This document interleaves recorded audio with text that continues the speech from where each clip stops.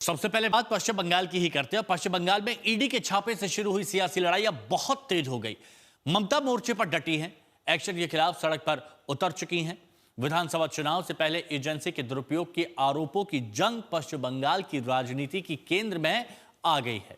ममता का मार्च हुआ, दिल्ली में प्रदर्शन हुआ, अब बीजेपी भी विरोध में उतर आई है और यह सब कुछ हो रहा है बंगाल में चुनावों को ध्यान में रखते हुए। एड़ी चोटी का जोर एक दूसरे के घेराव का लगाया जा रहा है। जनता के सामने यह बताने की कोशिश की जा रही है कि हम सही राह पर हैं और सामने वाला गलत राह पर। ममता कह रही है कि चोर की तरह क्यों आए, डेटा ले जा रहे थे, आमने सामने की लड़ाई करें। बंगाल ना झुका है और ना ही झुकेगा। 26 আমাদের পতন হবে না, তোমাদের পতন হবে, তোমাদের অধঃপতন শুরু হয়ে গেছে। দিল্লিতে বিজেপি সরকার থাকবে না, থাকবে না, থাকবে না। ईडी का छापा और बंगाल में शुरू हुई सियासी जंग की गूंज दिल्ली तक पहुंच चुकी है। ममता ने मोर्चा संभाल लिया है और अब बीजेपी को दिल्ली की सत्ता से हटाने का दावा कर रही है। पहले ईडी के छापे के दौरान दीदी एजेंसी के सामने दीवार बन गई। अगले दिन इस कार्रवाई के विरोध में कोलकाता की सड़कों पर उतर गई। ममता ने बीजेपी पर हमला बोला। आईपैक के दफ्तर और प्रतीक जैन के घर जो कुछ हुआ उसे आत्मरक्षा में उठाया कदम बता दिया। আমি কাল যা করেছি as a all India Trinamool কংগ্রেসের চেয়ারম্যান করেছি এবং যা করেছি আমি কোনো অন্যায় করিনি। তুমি আমায় খুন করতে এসছো, আমার আত্মরক্ষা করার অধিকার আছে, চোরের মতো কেন এসছো? यूं तो विरोधियों पर तीखे और आक्रामक हमले ममता बनर्जी की राजनीति की बुनियादी पहचान है, लेकिन इस बार चुनावी जंग से पहले ममता बनर्जी का यह अंदाज चरम पर पहुंच गया। आरोप घोटाले की जांच की आड़ में डेटा चोरी का है और अंदाज आर पार की लड़ाई का। তুমি আমায় খুন করতে এসছো, আমার আত্মরক্ষা করার অধিকার আছে, চোরের মতো কেন এসছো? তুমি চুরি করে সব মানুষের এসআইআর এর ডাটা তুলে নিয়ে যাচ্ছিলে। তুমি আমার বিএলএ 1 এর ঠিকানা, বিএলএ 2 ঠিকানা, সাধারণ মানুষের দরখাস্ত। बंगाल में चुनाव से पहले एसआईआर पर खींचतान थी।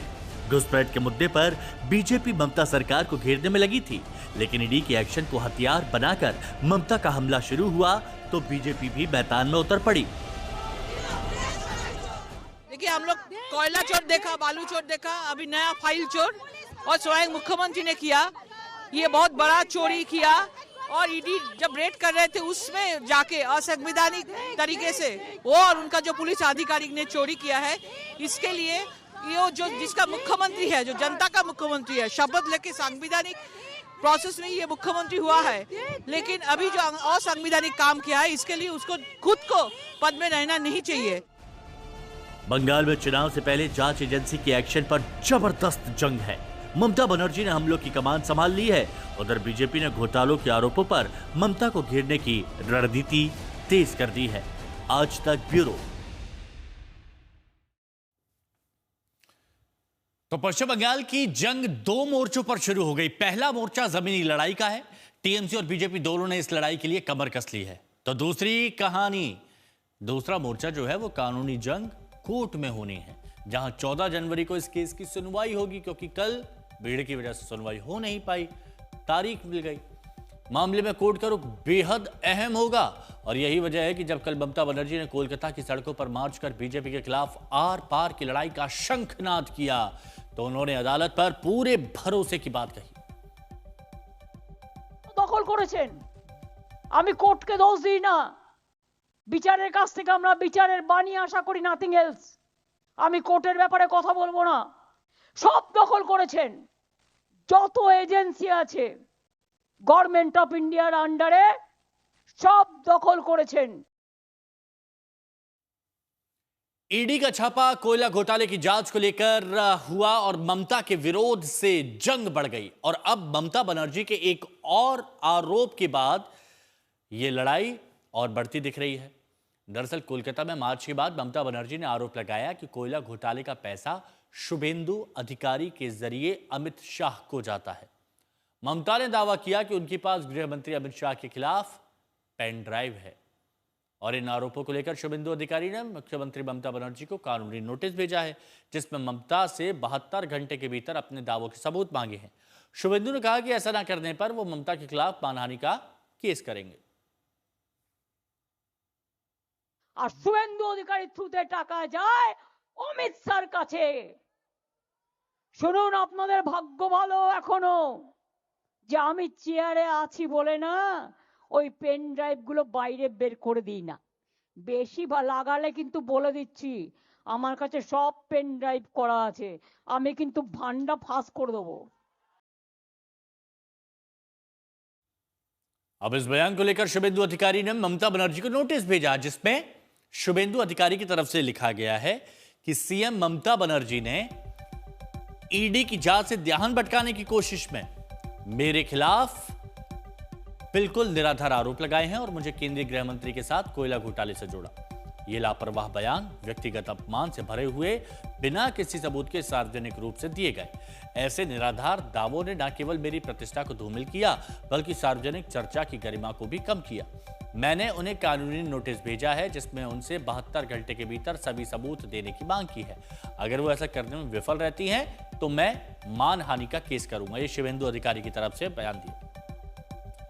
तपस सेन गुप्ता हमारे सहयोगी इस वक्त हमारे साथ में जुड़ गए हैं। तपस, 2 दिन से बंगाल का माहौल गर्म है। भले ही पूरे देश में ठंड पड़ रही हो, लेकिन बंगाल का माहौल गर्म है।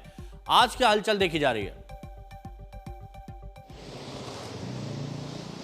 जी देखिए हिमांशु, पश्चिम बंगाल में ठंड के बावजूद भी जो राजनीतिक पारा है वो ऊपर चढ़ता हुआ नजर आ रहा है। पहले से ही एसआईआर को लेकर बीजेपी और तृणमूल कांग्रेस आमने सामने थी, लेकिन ईडी की इस छापेमारी के बाद जो सामने आ रहा है कि आने वाले दिनों में ये राजनीतिक जो पारा है वो और भी चढ़ेगा, क्योंकि जिस तरीके से एक तो सड़कों पर लड़ाई है, दूसरी कानूनी लड़ाई है। ममता बनर्जी ने ये तो साफ कर दिया, एक नैरेटिव उन्होंने सेट कर दिया कि आने वाले चुनाव में एसआईआर के साथ ईडी और सेंट्रल एजेंसी को जिस तरीके से केंद्र सरकार इस्तेमाल कर रही है, ये उनके पास एक बहुत बड़ा हथियार होगा। तो दूसरे छोर पर कानूनी लड़ाई अपनी जगह है। पूरी निगाहें इस समय है 14 जनवरी उस सुनवाई पर है, जो सुनवाई कल होनी थी, जहां ईडी ने गुहार लगाई थी कि इस तहकीकात को आगे ले जाने के लिए कोर्ट से डायरेक्टिव मांगा गया था और पूरे इस मामले को लेकर एक जांच प्रक्रिया चलाने की बात हुई थी।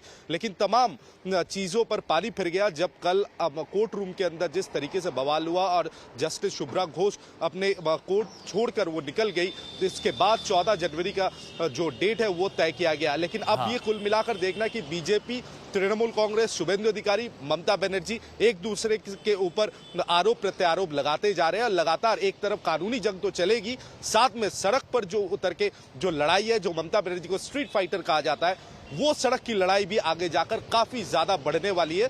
तो आने वाले 2026 का चुनाव पश्चिम बंगाल में काफी ज्यादा महत्वपूर्ण होने वाला है, खासकर तृणमूल और बीजेपी के लिए। हर रंग देखने को मिलेगा, हर रंग देखने को मिलेगा। आप ये कयास नहीं लगा सकते कि आगे क्या होने वाला है। हर दिन कुछ नई कहानी बंगाल में सियासी जुबानी। शुक्रिया आपका हमारे साथ जुड़ने के लिए।